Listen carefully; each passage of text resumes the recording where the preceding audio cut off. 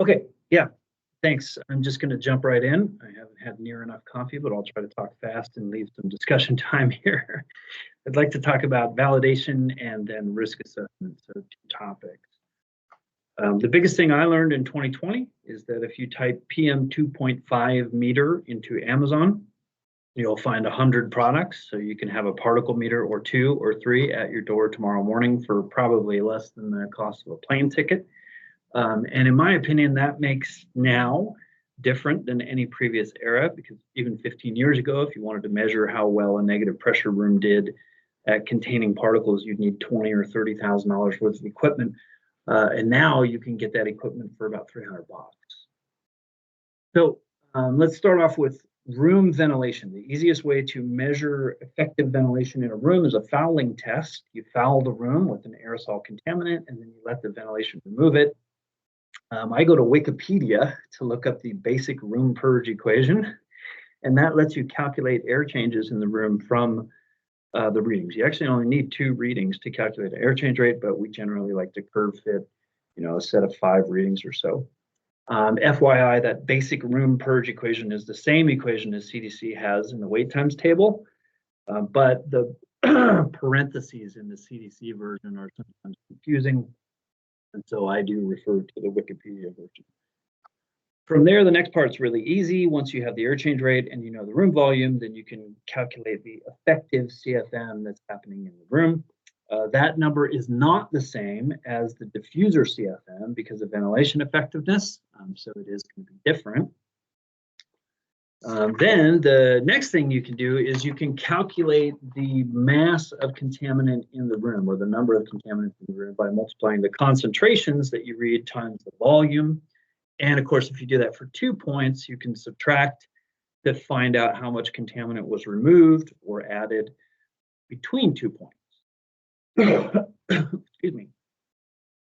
Okay, so this is a patient room where they added a 500 CFM HEPA unit. I'm going to use this example to talk about ventilation effectiveness. First, we tested the room with the unit off and found 10 air changes times the room volume, that's 250 effective CFM. The diffuser was 300. So right off the bat, the ventilation effectiveness was about 80%. So that's cool, that's easy. Then we did a test with the HEPA unit on and measured 11 air changes, which is 320 CFM. So the 500 CFM HEPA unit only added about 65 CFM of effective ventilation to the room, which is to say the ventilation effectiveness of that HEPA unit is very, very low, like less than 15%. So if you added 500 CFM of dilution and think, oh, wow, we added 500 CFM to this room, yeah, I don't want to check that. Next topic here is about mixing. Here we have 2 meters in the same room. This is a large room, so we're fouling one spot, and then we have a meter there, and we have another meter about 25 feet away.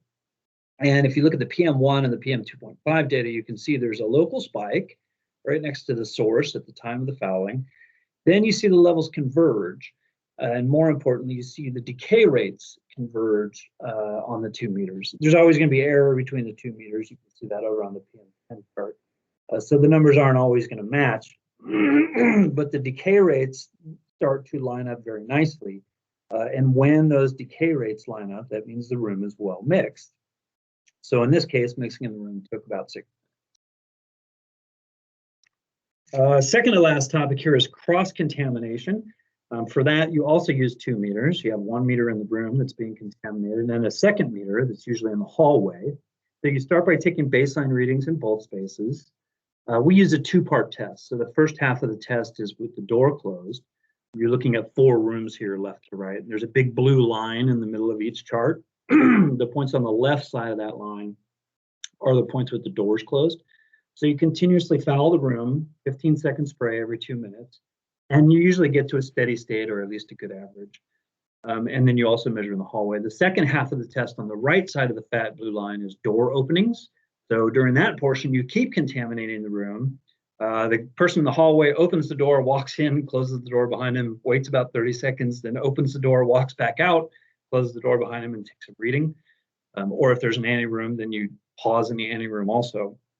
So the 4 rooms that you're looking at here, The room all the way on the right is an AII room with an ANA room. And so the levels in the hallway are 2 orders of magnitude less than the room. And they never really move, even during the door opening portion of the test. The 2 rooms in the middle, exam room 13 and 14, are negative pressure exam rooms. And then the room on the left, exam room 12, is a normal, just normal neutral pressure exam room. So the big super controversial reveal here is that those 2 negative pressure rooms didn't actually do any better than the neutral pressure room. Way maybe to say that is that a room with a closed door is a pretty effective containment strategy. Negative pressure doesn't really offer much improvement to that. And then obviously, I think once you start opening doors, cross-contamination is going to happen, and negative pressure doesn't really give any improvement there either. Okay, last thing about testing is capture testing. This is a ventilated headboard, and the goal here is to show that it captures 90% of aerosols generated under it. I'd like to walk you through the math a little bit, step by step. So first, with the headboard off and the hood off, you do the baseline testing. We run the aerosol generator for 20 minutes, taking measurements, and we stop. We keep taking readings while the levels drop off, while the room improves. And then you take those drop-off readings and curve fit them to get the room air change rate. So in this case, we come up with 3.4 to 3.8. Air changes times the room volume gets us to 90 to 100 CFM. Next step, you take the steady state or average level of contamination, which is in this case 610 particles per cubic meter. We multiply that by the ventilation rate. 90 to 100 CFM is 2.5 to 2.8 meter cubed per minute. So that gives us our generation rate. We know that our generation rate here is 1.6 to 1.7 million particles per minute. And once we have that, we can calculate the target. We know the generation rate. We want to capture 90% of those contaminants. So our new generation rate should be an order of magnitude less, 160, 170,000 particles per minute. Background ventilation stays the same. So we can state our expected concentration of 60 to 80 particles, 80,000 particles per cubic meter. That becomes the target range for test number 2. Okay, so here's test number 2. You turn the contaminants back on, you turn the headboard on, you take readings. In this case, you kind of see 2 boxes here. The first 3 points we tested were at 75% fan speed, and you can see we're actually dropping down from the baseline. So the room was getting cleaner. We were capturing more than 100% of what was being generated. So then we called an audible and turned it down to 50% speed, which was a little too slow. You can see that it bumps up, to 140 particles per cubic meter. But in any case, it's still removing a lot. For this case, at 75% speed, we're passing, we're catching 100% or more. At 50% speed, we're catching about 80% of what's being generated. I do want to mention that when it comes to headboards, the contaminant generation needs to be low velocity. If you use a spray can where the contaminants have an initial velocity, the headboards will fail that test. The headboards do not catch contaminants with an initial velocity. So switching topics, second part of this conversation is that we've come up with a write-up on these SEAR calculations. SEAR stands for Standard Environmental Aerosol Risk. This is really the opposite of fancy. It uses the simplest, dumbest form of the Wells-Riley equation. Hopefully you've all seen that by now. Side note, we actually need to get that into the handbook. So the third biggest assumption we make is the exposure time for healthcare interactions. For clinical visits, it's a 20-minute exposure time. For behavioral, psychological, or treatments, it's a 1-hour exposure time. A surgery would be a 2-hour exposure time. And then for an ICU nurse or a doctor, you try to look at cumulative exposure time of a shift, which could be 3 or 4 hours. The second biggest assumption we're making is this quanta per hour rate. We are using 60 quanta per hour, or 1 quanta per minute. To put that in perspective, that would be a really high number for tuberculosis. It would be a really low number, like an order of magnitude low for measles. Instead of 60, you'd probably want to use 600 or 1600. But for influenza and SARS, CoV-1, CoV-2, this is kind of a medium rare number. There's some other tools out there that are using between 40 and 60 right now. The biggest assumption that we're making is the target risk level. We're using a target of 10%.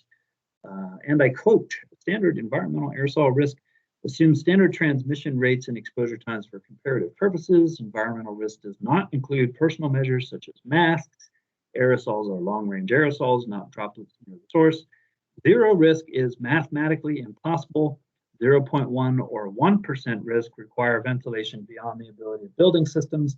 A reasonable target SEAR is below 10% environmental risk. And just in case you haven't done the math on that, if you have a 20-minute exposure time, like an exam room, 35 or 40 CFM, which is around 2 air changes in the room, gets you to 10% risk.